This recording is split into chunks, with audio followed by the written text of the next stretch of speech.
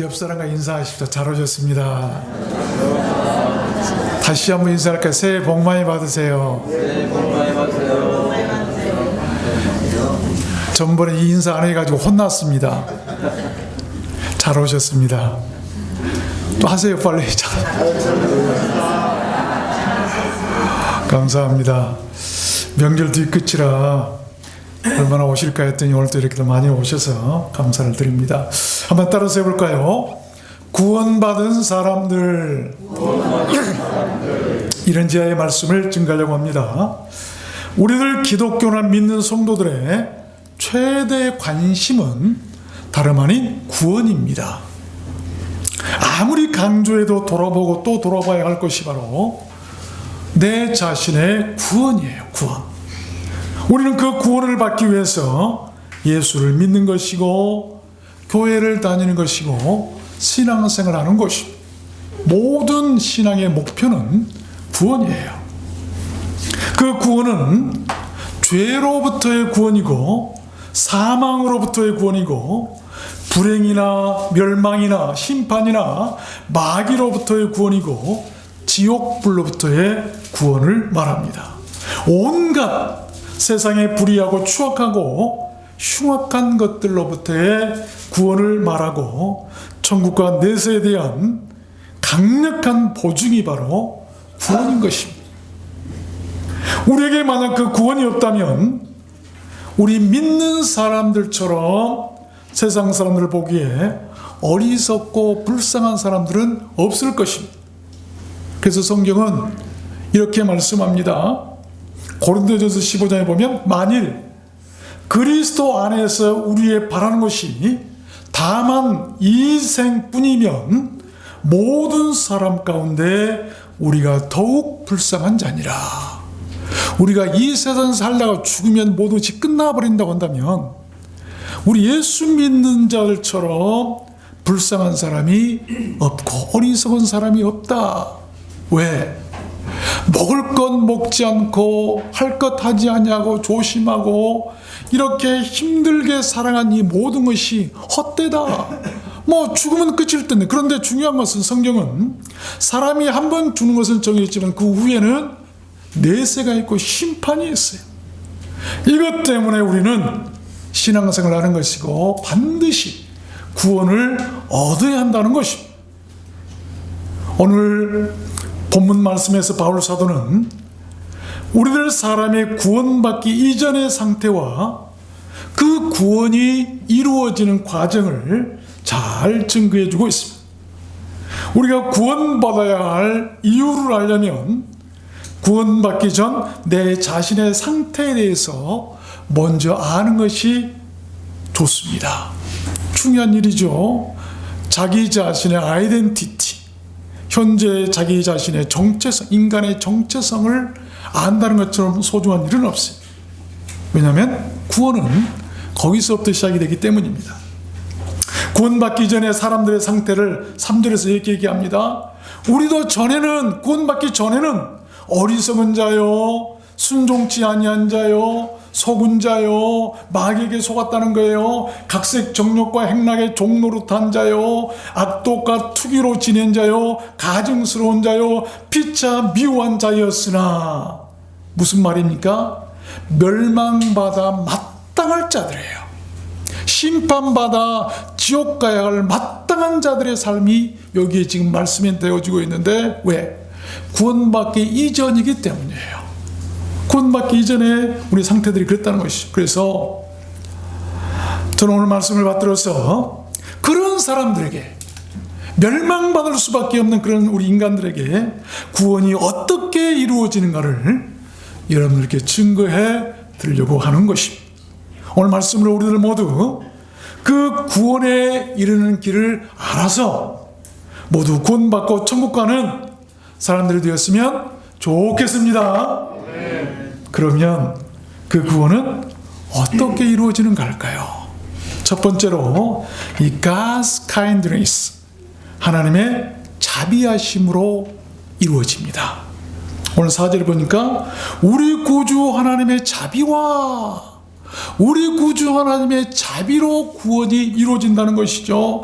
여기 자비라고 한 말은 kindness, 이 말은 뭐냐면 친절하다. 우리가 일반적으로 뭐 따뜻한 마음씨나 우정이나 이런 그 사랑이나 호의를 이럴 때 쓰는 말이죠. 그런데 이 말이요, 히브리어로는 원어에 보면 라훔이라고 하는 이 말인데, 단순히 불쌍한 사람에게 연민을 가지거나 은혜를 베푸는 그런 그 뜻 이상의 더 깊은 의미를 담고 있는 말이에요. 이 말이 뭐냐면 어머니의 태, 아이를 갖는 어머니의 태, 그리고 아이를 갖는 어머니의 자궁을 이루는 말이 바로 라훔이라고 하는 말인데, 이 말로 자비다라고 하는 말이에요. 여러분, 어머니가 새 생명을 잉태해서 가장 소중하게 지키고 보호하는 것이 어딜까요? 안전한 곳, 자궁이에요. 그 아이를 낳고 난 후에 그 아이를 바라보면서 기쁨의 눈물 흘리는 그 모성의 감정이 내포되어 있는 말이 바로 이 라훔이라고 하는 말이에요. 자비라고 하는 말이죠. 여러분, 고통을 얻은 그 아이가 얼마나 사랑스럽고 소중했을까요? 그것이 바로 하나님의 자비.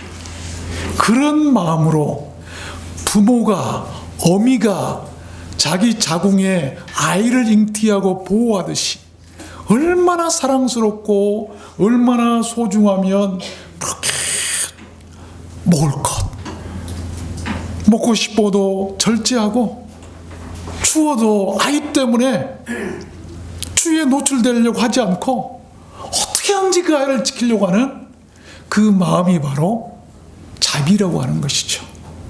하나님께서 우리 인간들을 향한 그 자비하심으로 인해서 구원이 이루어진다는 것입니다. 여러분, 우리들 인생의 구원은 먼저 하나님의 그러한 자비하신 생각에서부터 시작된다는 것을 우리는 알아야 돼요. 하나님은 자기 자신을 스스로 자비하신 자라고 말씀하고 있습니다. 출애굽기 22장에 보면 네가 만일 이웃의 옷을 전당 잡거든 해가 지기 전에 그에게로 돌려보내라.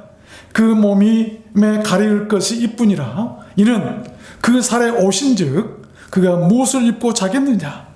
그가 내게 부르짖으면 내가 들으리니 나는 자비한 자임이니라. 유태인들은요, 가난한 사람들은 이 옷이 있어요. 그 네모로 된 옷인데 이것을 이불처럼 낮에는 휘 감고 이렇게 그냥 살죠. 그리고 밤에는 이불이 없으니까 그것을 이불 삼아서 이렇게 덮고 밤에는 잠을 자요. 추우니까. 그런데 돈이 없어서 남에게 돈을 빌렸는데 못 갚으니까 그 옷을 전당 잡아서 뺏어갔다고 생각해 봅시다. 그러면 그 밤에 추위에 그 사람 어떻게 되죠? 덮고 잘 이불이 없어 추위에 떨게 될 거예요. 하나님께서 뭐라고 말씀하시냐면 반드시 네가 전당 잡을 때는 낮에만 딱 전당 잡고 있고 밤에는 다시 돌려보내라. 왜? 그래야 그가 추위에 떨지 않고 잘 수 있지 않겠는 이 마음이 바로 자비라고 하는 것이죠. 그렇게 어려운 자를 돌보는 마음이 자비인데 하나님은 그 자비의 하나님이시다. 우리 기독교의 하나님은 그런 자비로우신 하나님이세요.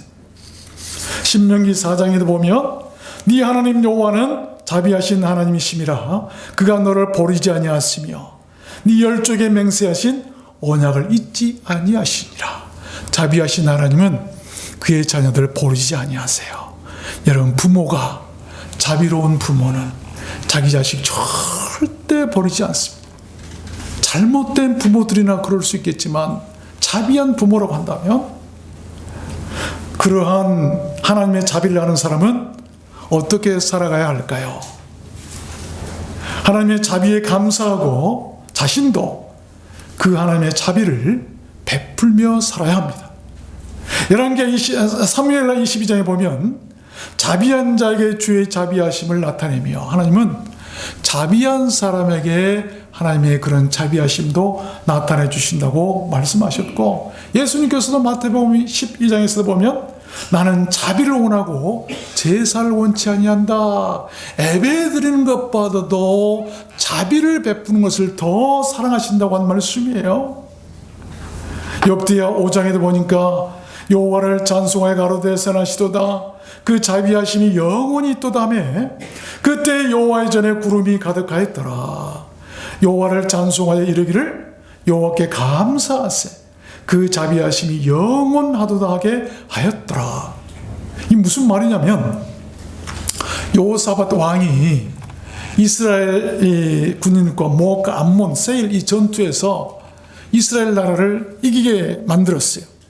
그때 너무나 감사해서 전쟁에서 이기게 하신 하나님께 감사했을 때 뭐라고 찬송했냐면 자비하심이 영원하도다 하였더니, 하나님의 자비하심이 영원하도다. 우리를 전쟁에서 이기게 한 것은 하나님의 자비하심입니다 라고 그에게 감사했을 때 하나님의 영광이 그 전에 가득 찼더라.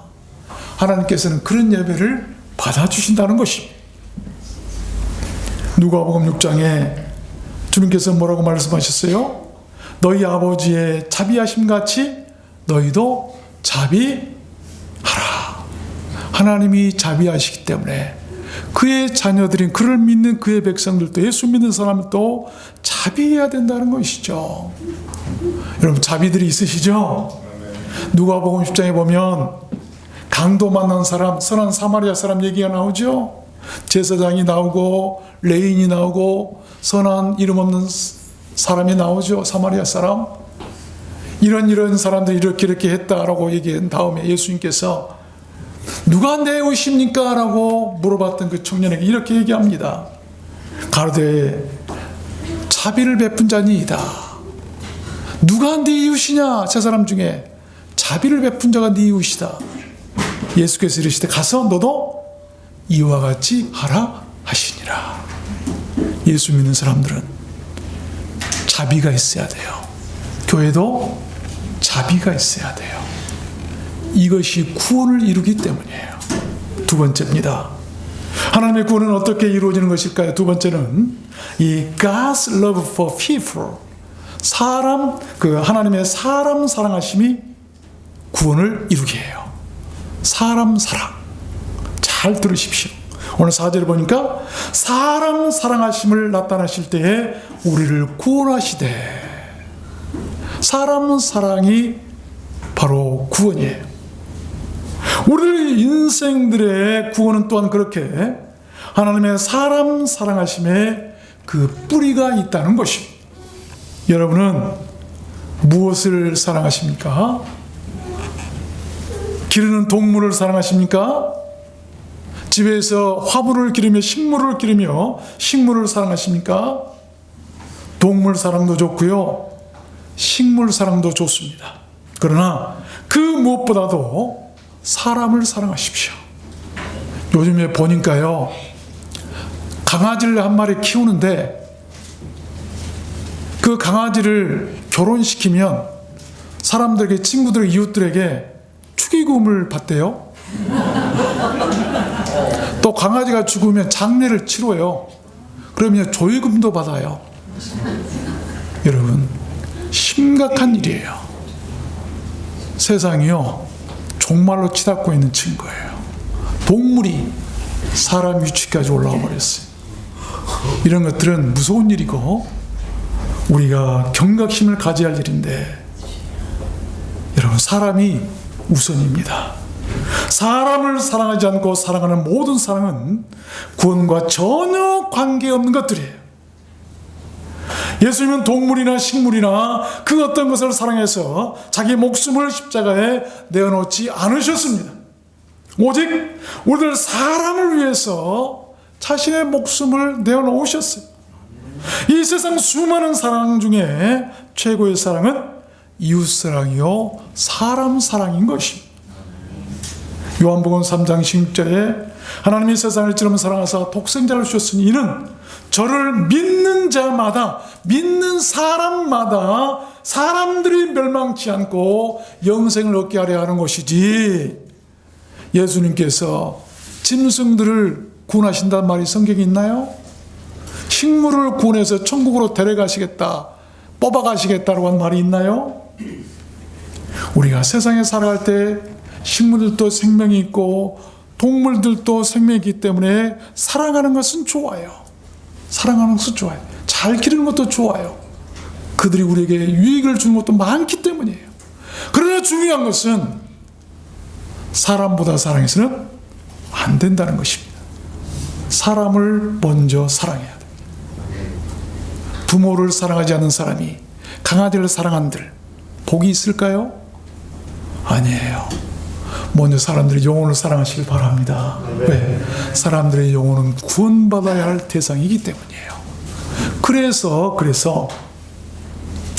바로 우리에게 사랑이 필요하다는 것입니다. 요한복음 15장에도 보니까 내 계명은 곧 내가 너희를 사랑한 것 같이 너희도 서로 사랑하라 하는 이것이다라고 말씀하고 계세요. 로마서 13장에도 보면 다른 계명이 있을지라도 내 이웃을 네 자신과 같이 사랑하라 하신 그 말씀 가운데 다 들어있느니라. 사람 사랑하게 되면 모든 율법을 다 이룬 것이 되어버린다. 그래서 구원받을 수 있는 거예요. 사람 사랑해야 돼요. 사람 사랑했으면 좋겠습니다.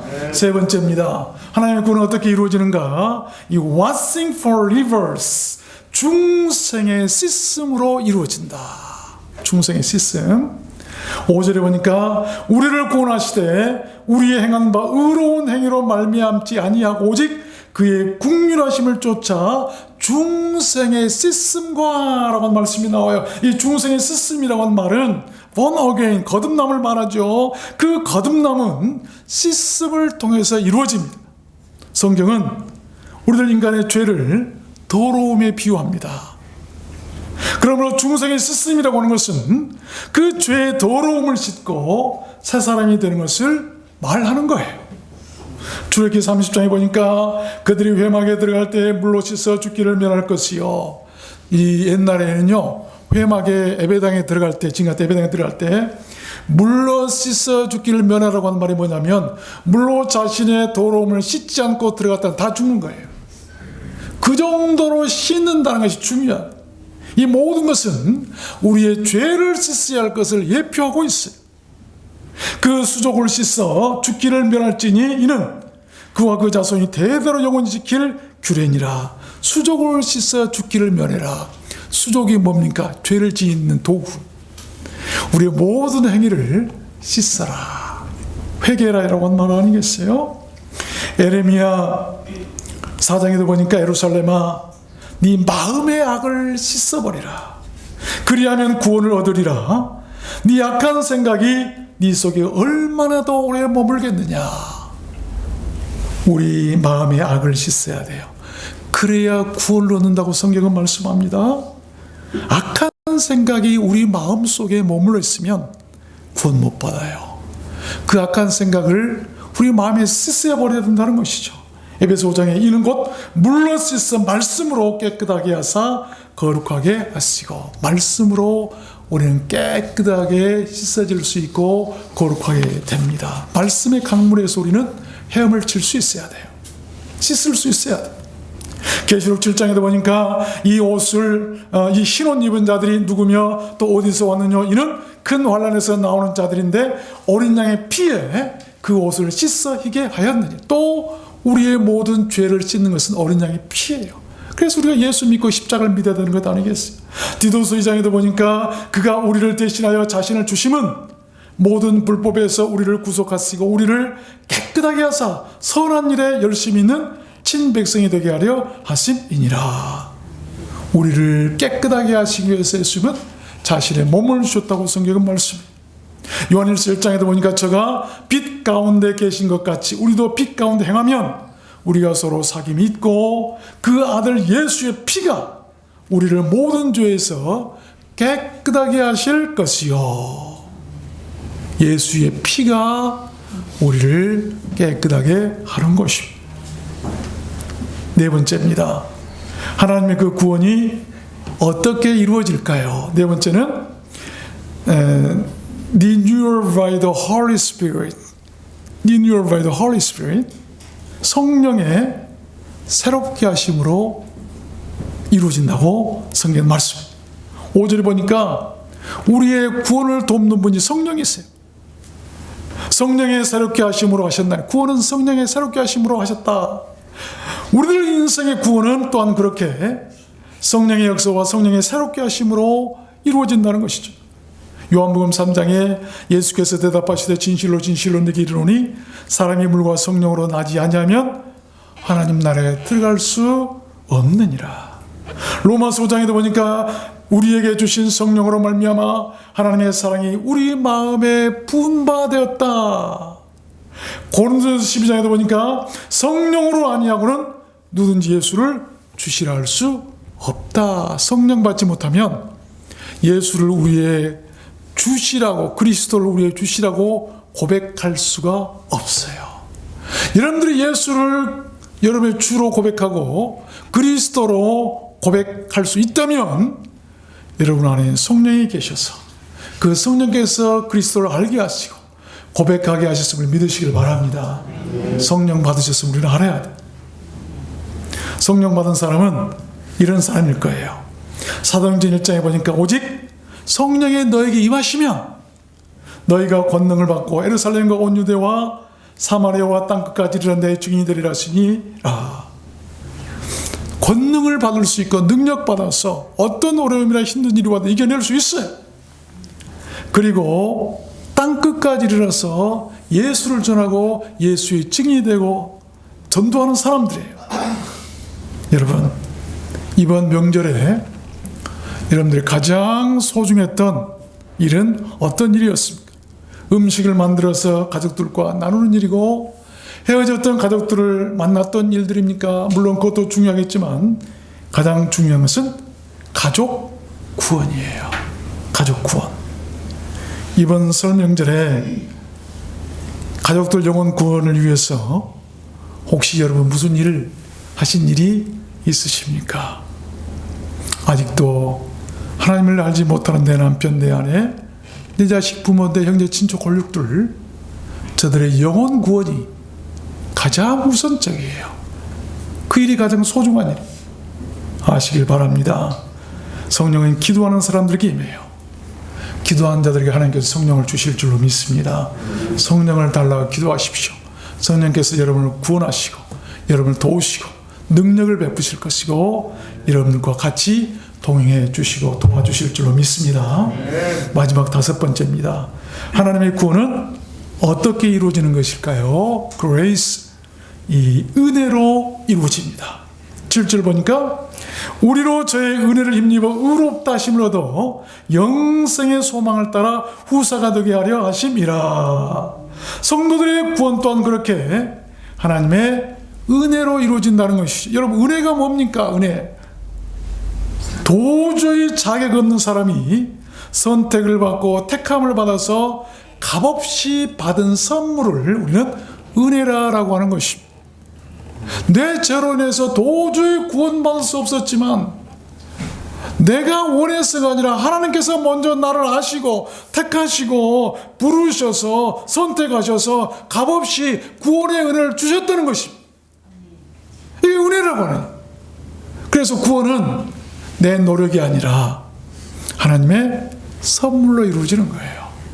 우리가 감사할 이유고, 바울 사도는 이것을 깨닫고 눈물 범벅이 되어서 정말로 하나님의 이것이구나 생각하고, 나 같은 죄인, 괴수 중에 죄인 중에 괴수인 나 같은 사람을 어머니 뱃속에서부터 알고 택하시고 불러주셔서 구원시켜주신 그 은혜가 너무 크고 감사해서 평생을 그가 부탁하셨던 그 복음을 전하며 살 수 있었던 것 아니겠습니까?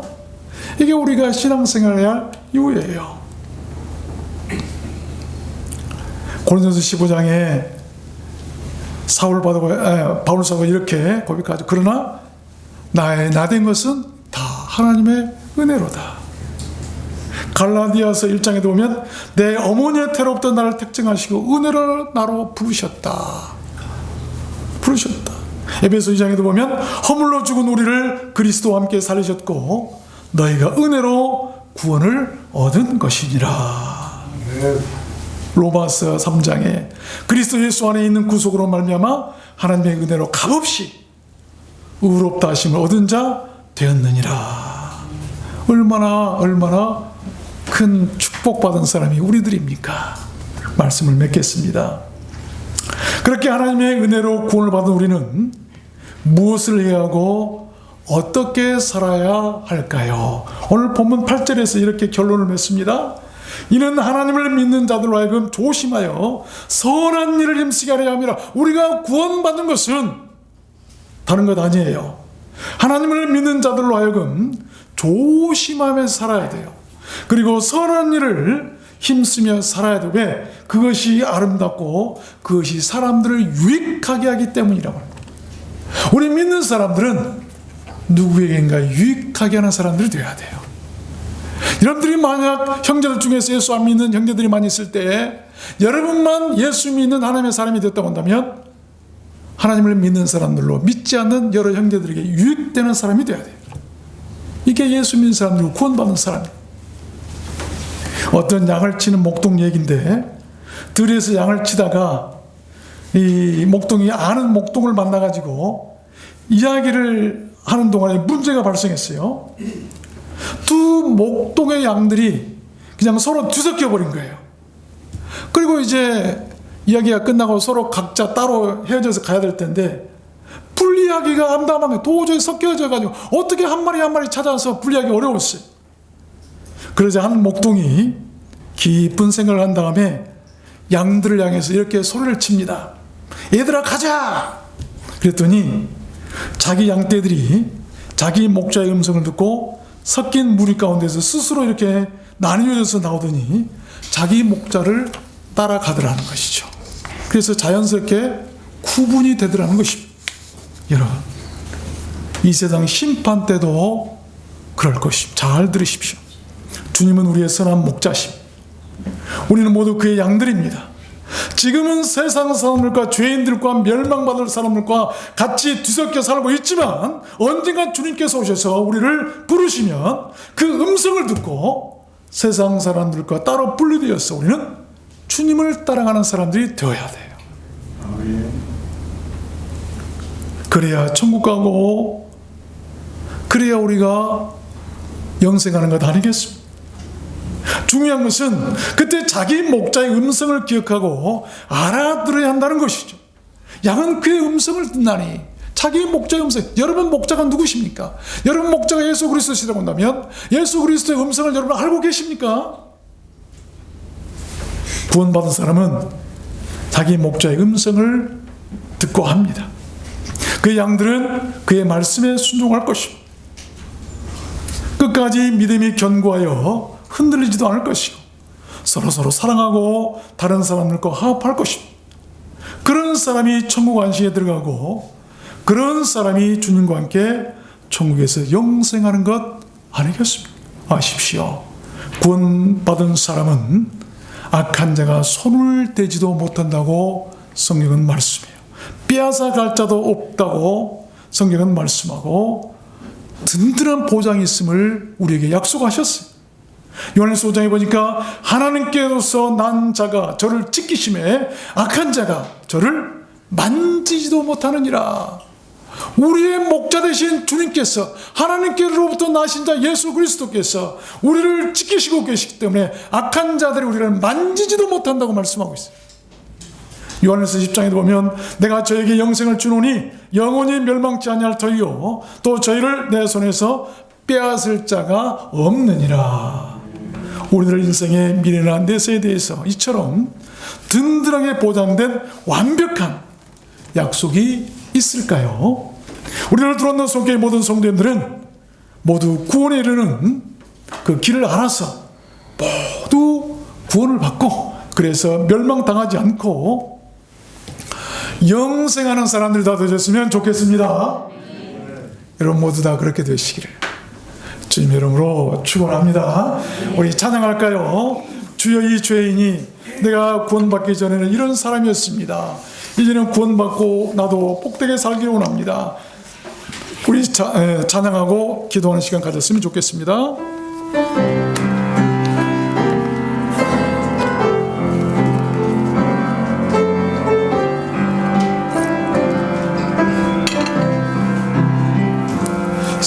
세상에서